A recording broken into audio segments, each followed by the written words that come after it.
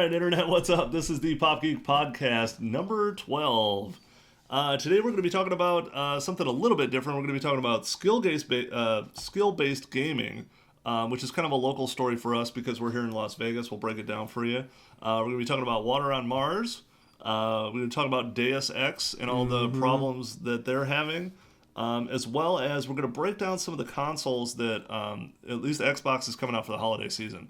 This of them is kind of overkill. Yeah, there's way too many of them, but we'll kind of break them down and kind of give our opinions on which ones are the best one, and then we'll wrap it up with a little bit of week in gaming. But right now we're going to kick it off with what I said to begin with: skill-based gaming. I mean, we're all skilled gamers to certain levels of skill. But what happened here in Las Vegas recently is the G2E conference, which is the big slot machine gaming conference that goes on here in Vegas, where they roll out all the new machines. It's not really newsworthy. Yeah, most of the part in time, you never really notice what new stuff is coming until you walk through the casinos. You're like, oh, look, Walking Dead themed slot machines. Yeah. Oh, look, Star Wars Walking Dead or Star Wars slot machines. That would be an awesome hybrid. Right? I've gone to that a couple of times too. And have you gone to it? Oh yeah. I'm actually considering going now. Well, it seems really cool. I used to work in gaming. So, that's right. Yeah. But yeah, I mean, we used to go. They have like little slot tournaments there and stuff. Really? It's actually really fun. Yeah, I mean, the stuff that has come out, and the exciting thing is that what they're going to head towards is, because of a recent law passed here, skill-based gaming can now be coincided into casinos and also online. I think initially it was passed to do online poker, which has blew up and now is dropping off again. But what the big thing is, I'm surprised that slot machine owners want to do this. And you got to remember, some slot machine companies are places like Konami and Atari. Both make slot machines. Like, they're also massive conglomerates that make everything else too. Yeah. But what it'll be is the slot machine has always been a random number generator. It's a fancy random number generator. So what they want to move towards is like an 80-20 split between 80% of the game is luck. You're just going to be spinning the reels. But once you trigger the bonus, which is you usually got to get 2 or 3 of something, or 3 or 4 of something, and then you trigger the bonus play can be a skill-based game. And the skill-based game can be shooting something or poking at something or whatever, and the points will then add up, and the points will be the money that you earned. Which I love that this is happening, because this is actually, 1, you're going to be able to practice. 2, practicing is going to cost you money. Right. But like, it reminds me of the back of the day when getting good at a game cost me a lot of money too, because I used to stand at Mortal Kombat 2 and get my ass kicked for an hour in the local video store, which I always thought was really cool, and that's how you got good at games. And kids would know stuff, like the guy who knew the Sub-Zero move. Like, I could totally see gaming blogs start to pop up, telling you, hey, here's the trick to the Simpsons game or whatever. I think it's going to be good overall for everyone because, like you said, it'll keep us engaged trying to learn and practice these skills to get more money. Yeah. At the same time, they're keeping us in their casinos longer, so that means I'm going to have to go get food once in a while, spend money at their food court or at the restaurants, drinking, and also losing more money on the casinos. Well, it gives us as consumers like the ability to kind of even the playing ground. Right. Yeah. And also, you feel like I've been an advocate for this for a while, because you feel like you have influence on the game. A lot of times, like, I'm not a big slot player. Like, I would go play $20 with my wife while we're waiting to go see a movie or something like that. And again, that's giving a casino $20. You know, that's not nothing. But at the same time, learning poker or learning different games to where your influence on the game it's more you. It's not, hey, randomly I won or randomly I lost. Because there's people who literally consider themselves good slot players. Yeah. Which I'm always fascinated. There's books on how to play slots, which it's like, hey, here's how to work a number generator. And most of it is like, hey, sit at the one at the end, because they like to have winners near the aisle. Like, that's 90% of what those books are about. But some of the stuff that came out is the company Scientific Games, who I just saw is right out here, like not too far from where we are. Has license to Space Invaders. Oh my God, that would be amazing. Right, and so they're saying what you're going to do is you'll play the Space Invaders game, it'll trigger the Space Invaders bonus, and then you control the little guy on the bottom, and you shoot up through the base, and however many things you shoot in the top row will coincide to a coin payout. That's awesome. And I think that's fantastic. And again, I would play a lot more if this was my option. Again, I'm in control of the money I win, not randomly. You know, they always give you the illusion, and if people don't know, if you've never been to a casino, the way slot machines work, it's not reels anymore. It's these electronic games, and some of them are in 3D, and some of them have crazy graphics that do all kinds of stuff. Yeah, half the time I don't know what I'm trying to collect to get a reward, just hoping something pops up. Yeah, there's weird stuff too. Like, if you have your card, will collect, hey, you have 4 coins for this game. I'm like, I didn't even know I played that game. I like the ones with like the surround speakers and like the we've got like little Bose speakers and stuff. And so, like I said, they have the Space Invaders license, which is the only license that I know of. Well, that's not true. That's the only one that's video game based that I know of. Now, if Atari and Konami get in there, that could be really interesting. They're not listed here in the article that I read as far as what they're doing involved in this, but if this takes off, I don't see why Konami wouldn't involve their own licenses. Could you imagine playing like a Metal Gear game? It'd be really convoluted and like weird, but like... Konami's got nothing to lose. Only the casinos do. Right, that's true too. They just put the machine in there. So the other one they have, Scientific Games has a license on The Simpsons. Their slot machine, it's kind of skill-based, kind of not, but the interesting part is what you're going to be doing, which is you'll trigger the bonus, and then you have to catch sprinkles that are being dribbled on the screen. Now, that is a motion capture. It's going to have a camera and a motion capture you as you try to collect the sprinkles. The sprinkles equal dollars or cents or whatever. So, again, you're getting a skill-based game, and now you're basically putting a Kinect inside the game screen. You're going to get some, like... 80-year-old guy just doing this whole time, then he just falls off his chair. That's the other thing is there an appeal for older players? Yeah, because a lot of people fill those casinos. I don't know. Yeah, you go into some of these casinos. I mean, a good chunk of the population is like these old geezers with oxygen tanks, smoking cigarettes, and would that scare them off? I mean, I don't see a casino turning over to this. No, but you're probably talking. I would say you'd see 5%, 10%, maybe a special section.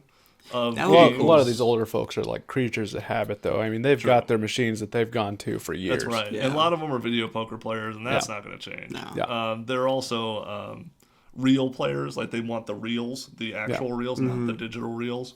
So I love that. There's a couple more here. There's a company called IGT.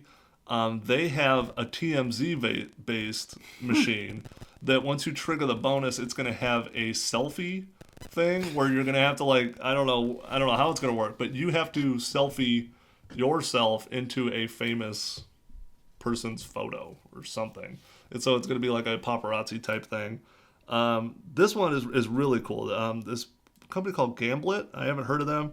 I don't know if this company's gonna stick around very long because this is some innovative shit that Vegas, for what it is, we try to pretend that we push technology, but we don't. Yeah. They love old shit here. Yeah. So what they're doing is they have this really neat table style game where it's inviting multiple players to play each other.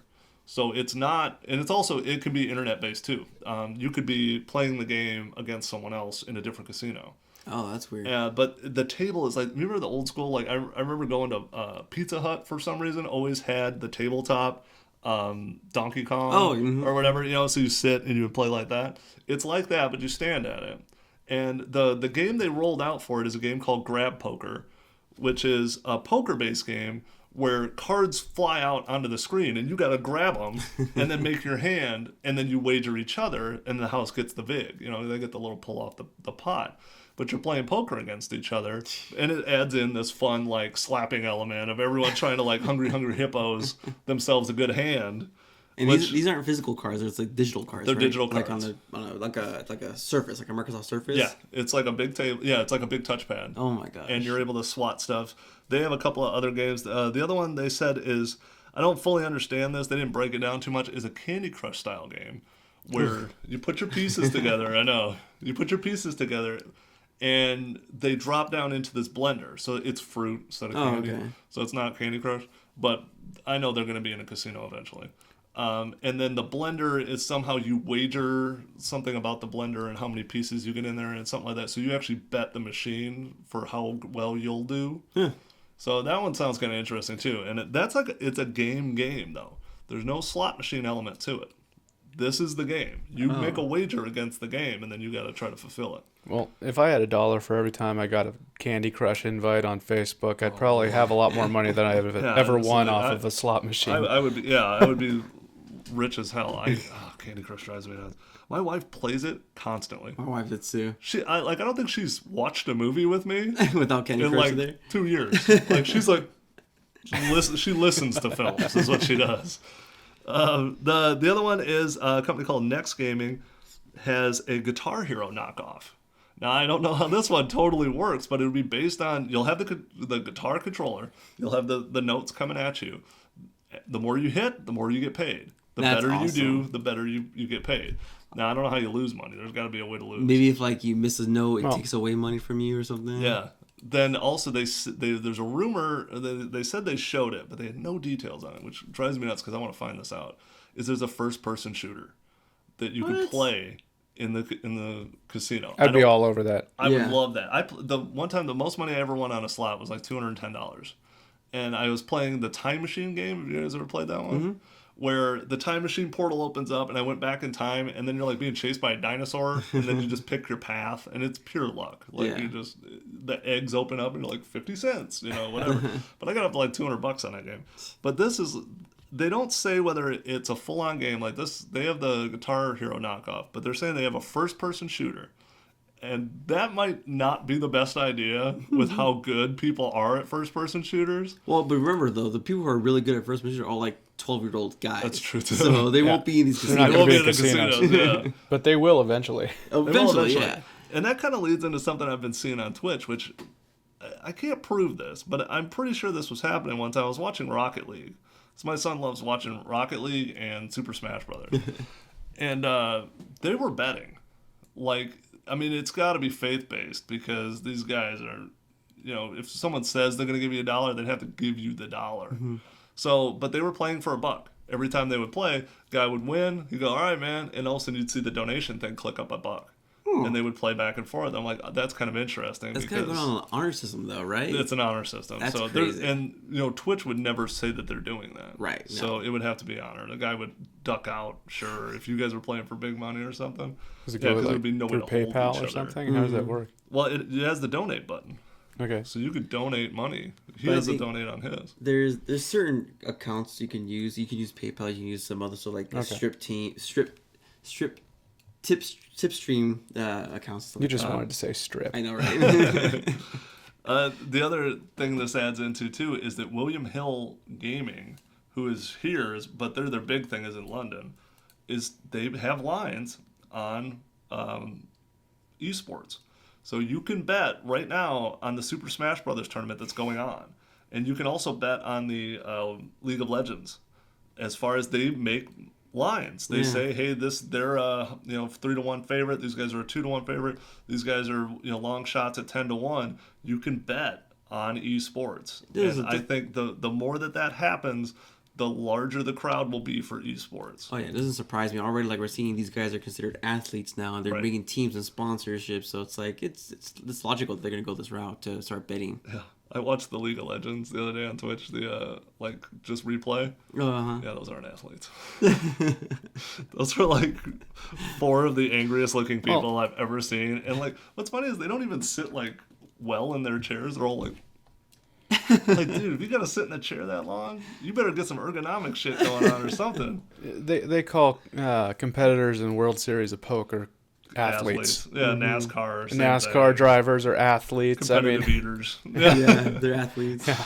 It's like I could eat 50 hot dogs in 8 minutes. Right. Beat that. LeBron. I'm an athlete. So yeah, it's kind of interesting. It's kind of fun. I love that this is being incorporated. It also goes to the geeking of the world, which is these things are coming up with us. They came up with us as being young people who's little kids playing these games. Yeah. Now, gaming is becoming so large that I get updates on my phone. I have Bleacher Report updates, which is a sports site that tells me that esports is happening or whatever. That's awesome. Also, League of Legends, they all have nicknames, which is the worst boxer nicknames in the world. So it's Jeff Dragon's Tooth Stevenson or whatever, I just thought, what would my name be? And I was going to go with Dorito Dust. Wow. This would be my shit. I'd be like... That's It'd come out and like go, and like spit Dorito dust. I just thought I was like, go like full geek with it. Like, don't go Dungeons and Dragons. Like, fuck that shit. You know? You're not helping our cause here. Yeah, like Tim Sweaty Couch Johnson. You know? Dude, okay, on that, I played I finally finished the raid for Destiny, and one guy said he was getting so intense that sitting on his couch that the back of his knees were sweating. He had to take off his pants while he was playing. That's awesome. I'm like, thanks for the image, dude. Thanks. Yeah. All right, well, I think that does it for skill-based gaming.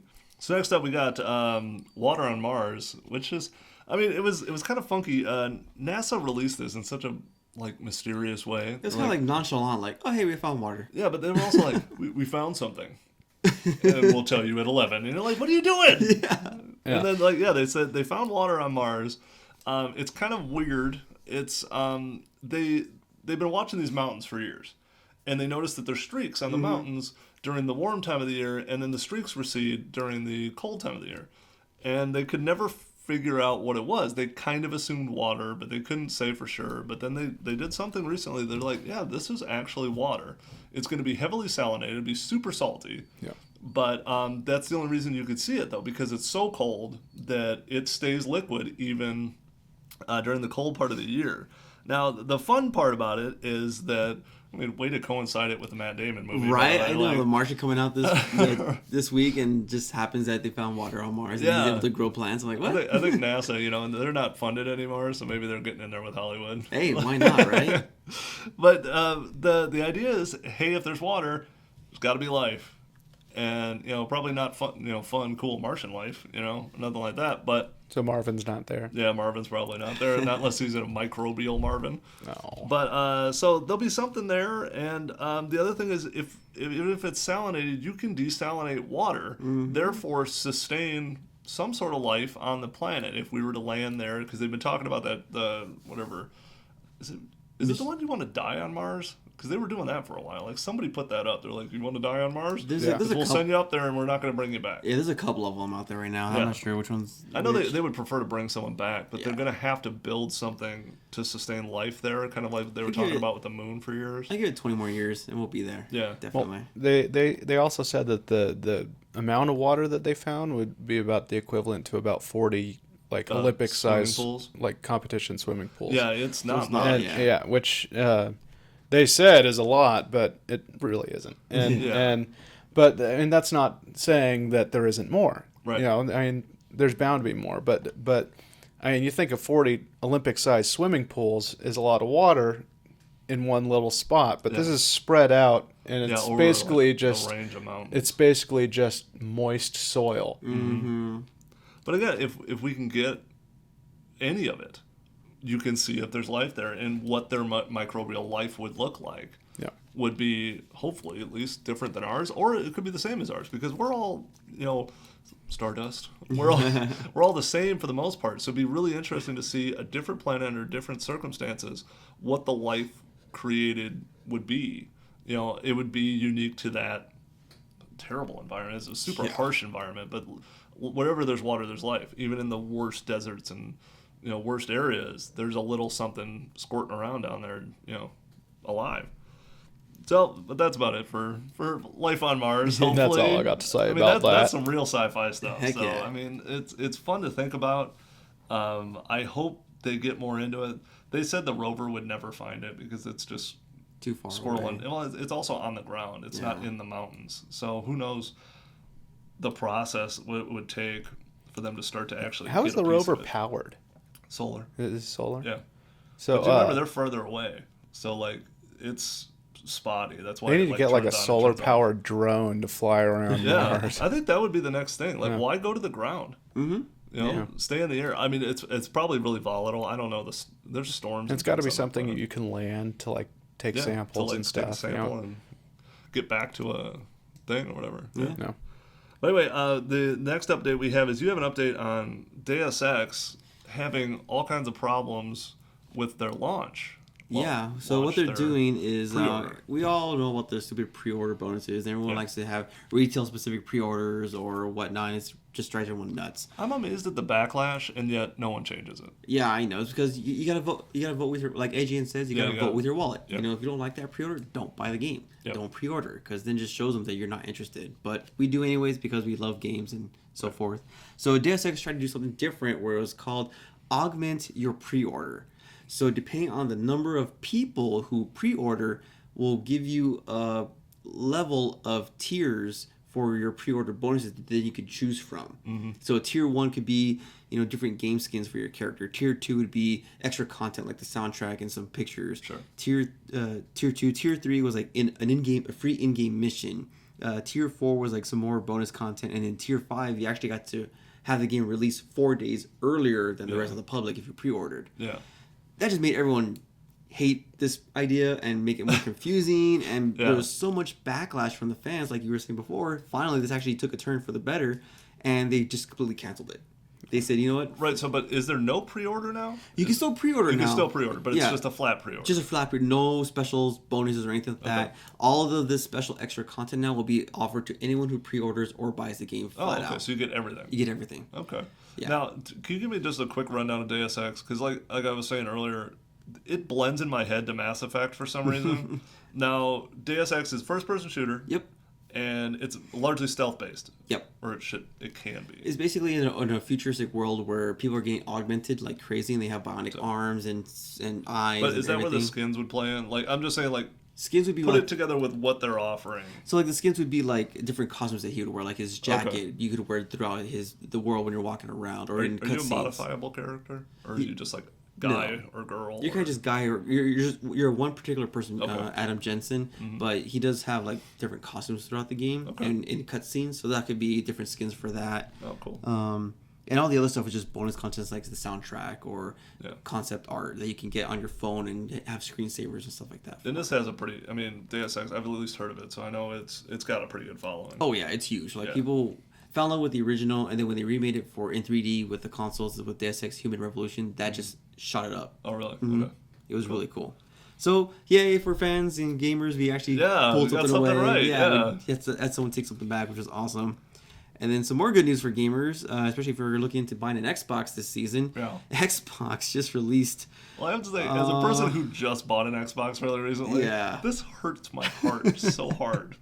It's like, I paid this much, got these things, and then it's like, hey, guess what? That's how it works. That's how they get you. Yeah. I know. You'll forever have the remorse. It's because it always gets better and cheaper and whatever. I mean, come on. I paid $500 and got nothing but the console. Yeah. So you had your bundle was really good. Yeah. No, I love it. But there's like 13 new bundles now that are coming out for this holiday season. Some include games, some include the Kinect, some don't. They're all differently priced. Sure. My brother has a day one Xbox One, and he's got it in the box, and he's got it sitting in a closet. Oh, really? Yeah. Was he going to sell it later? I don't know. I don't know what his plans are with it, but he's got one. I was surprised. Like, I sold my brother's PS3 in like a day. Really? Like, yeah, somebody grabbed it right away. And again, it's the lag on backwards compatibility isn't like it used to be. Yeah. Where it was like, Nintendo, Super Nintendo came out, like, goodbye, Nintendo. Like, it took me you like can play a it week. if you want, but we're not making any more games for you. Took me like a week to sell my PS3. Did it really? Yeah. I sold that sucker on Craigslist in like 2 days. So maybe I was asking too much. It's like, it has a lot of sentimental value. Right. It was my first Blu-ray player. I saw things. Yeah. Dirty things. No. So if you want to look up like all 13 of these bundles, just go to xbox.com. They have them on their homepage. You can take a look at them all. But some of the highlights I think that are really cool is like if you're into Halo 5 or want to get back into it, the Halo 5 Guardians bundle, the console looks gorgeous. Yeah. It looks really cool. And it comes with a copy of Halo 5, so you can pick that up right away. Another good bundle is the Tomb Raider bundle. Yeah. This is awesome because you get the console, no Kinect involved, which is fine. It's $400, but you get the... you get the definitive edition, right? The definitive edition of the Tomb Raider that rebooted the franchise and the new Tomb Raider that's coming out this season. That's awesome. That's a really good bundle. Those games are fantastic. Like, it's on Xbox Gold right now, or at least the game. It was. It's not the Or definitive. it is, yeah. And that game is unreal. Yeah. Like, I had no clue. I was like, whatever. Tomb Raider. Boobs. I was like, that's all I knew of Tomb Raider. And I played the old one. Oh, yeah. But, like, playing this new one, that is one of the most ridiculous games I've seen. It's way different. the way it seamlessly puts the cinematics into gameplay is amazing. It's fun to even just sit and watch someone play it. It's like playing a movie. Yeah. It's amazing. Yeah. It's really fun. And on the same kind of bundle, there's also a Fallout bundle. We will get Fallout 3 and then the new game Fallout 4 that's coming out too. Oh, cool. Yeah, so that's a really good bundle. I wish I was more of a Fallout fan. I know, me too. I never got Especially into because it's supposedly Vegas based. Well, there was one in New Vegas or whatever. Yeah, there was one game that was Vegas. There was Fallout 3, the Fallout 3 New Vegas or something like that. I think I might get into it this time around because the protagonist now actually has a voice and will talk, so you don't have to read everything now. Because I think that was my turnoff was that you have to read everything. Like, come here to read. We're not in 1988 anymore. Right. And then the last bundle I want to talk about, which I think is a really great bundle if you're just like in a family environment, you have a bunch of different age groups, and it also comes with a 1 terabyte hard drive internally, which is awesome. That'll hold tons of games. Which they should anyway. Exactly. Yeah. I don't know why they went with 500. You can hold like 5 games on there. Yeah. And considering that mostly everything is available digital now, I mean. Yeah, right. All my that's where you do it all. Yeah, all my stuff's digital, and they're all like 40 gig downloads. Yeah. Like I can hold 8 games if I want to.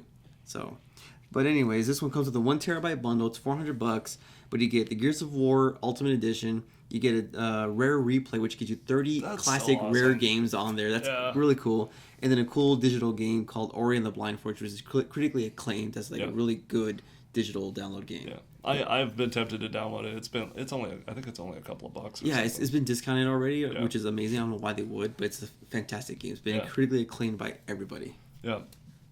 No, but it's really cool to see. I mean, the holiday, we're in that funky middle ground right now. So it's like nobody's popping big stuff. And then this kind of hit. It's kind of the little nudge. But probably in the next month, you're going to see it really start to go. And it'll be all your holiday stuff. I can only imagine what Black Friday's going to bring. Like, it's going to be nuts. Yeah. We'll definitely have to, like, load up on some content for that. Yeah. But I think now is the time for our latest segment. We're going to do Our Week in Gaming. So, we'll come up with a graphic eventually. Yeah, there it is. Oh, that's good. All right. Do you want to start it off? Sure, yeah. So you have big Destiny news. So I do. I have little Destiny news. I finally, of course, I'm playing Destiny like crazy. Yeah. I finally beat the raid. I wasn't able to do it with my typical raid group because of scheduling conflicts, and it was Monday night until the last day before reset, where everything gets reset again and my checkpoint gets deleted. Yeah. So I just jumped on Destiny LFG, looking for group.com. You had to put together like a specialized team of mercenaries. Yeah, I just went up with a bunch of randoms and I found a post that said, "Hey, we're on the last boss where my checkpoint was, looking for some chill players." I'm like, I am a chill player. Let me play. And 30 seconds later, got an invite. Really cool group of guys. It took us about an hour and a half, but we did it. We finished it, beat it, got my loot, got my engram or my emblem saying that I beat it and killed Oryx, and I'm happy. Awesome. Any tips? Oh God. No, just you explaining it to me. Like, I couldn't believe it takes an hour to kill the boss. That pretty is much ludicrous. You have to have everything go specifically right the first time. Well, that's another thing too. Coordinating a bunch of other people, like, damn. That's why it's so important. Not important, but that's why it's so much easier to have a set raid group because you guys, know each other's strats and strategies and all that, and who you can rely on. When you're jumping in with a bunch of random guys, you don't know who they are, what they're strong with, what their weapons are. Yeah. You're just kind of like, well, let's just try it and see what happens. Okay, you switch over here with this guy, and let's try that, and it's just. That's what took us most of the time, just trying to figure out the mechanics. SEAL Team 7. Right? Well, that is the gist of Rainbow Six, isn't it? You're always online? Pretty much, I think so, yeah. And then I also got to try out Tony Hawk 5. It came in from GameFly.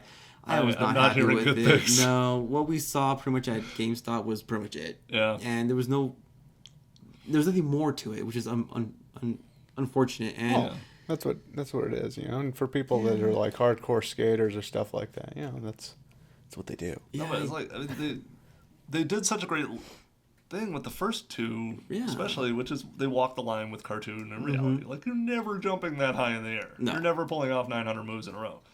But you're saying with this, it just falls short of like everything. Yeah, it's clunky. The clunky, there's bugs in it.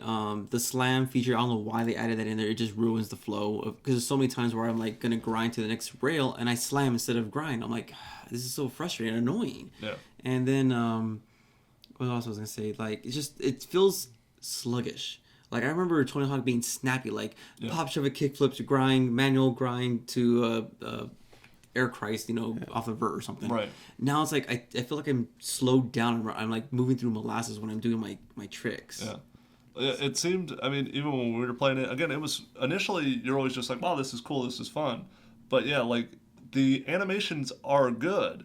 They're just too long. They're too good. They're too long. Yeah. And I've heard that a couple times, like, watching stuff on Twitch where people will gripe about certain games. Their animation is too long. And because you're talking about hardcore gamers, to where timing screws up because the animation's too long for something. That's bizarre. And with skating in particular, I mean, if you're a skater and you're doing these moves, if you can't finish the move by the time you hit the ground, then you're gonna eat shit. Right. So I mean, they gotta keep that thing and that sort of thing in mind when they're designing these games. And but is this a reboot? Is this them trying to re-establish the brand? It's continuing the brand. Oh, okay. They're trying Tony Hawk 5. I know it's 5, but I heard someone say that it was like they're trying to re-establish because they've fallen off, and it's been a while since. Yeah, they're trying to go back to their old school roots, but then they shouldn't have changed the controls. Yeah, exactly. I don't know why they would do that. Yeah. So, but did at least have a good soundtrack. The soundtrack is still amazing, like all Tony Hawk games. So that was I probably would download the soundtrack instead of the game. But yeah, that was cool. Yeah, you put the soundtrack on and do your own skateboarding. Yeah, exactly. Awesome. Although my own skateboarding would be horrifying. Yeah. I haven't skated in for years. Yeah, that's the beauty of Tony Hawk is you can try all these cool things that you'd never attempt in real life. Do that in real life. I've seen kids who do skate. You ever see a kid try to do a kickflip? He'll get it like the 50th time. Yeah, exactly. I could do a kickflip.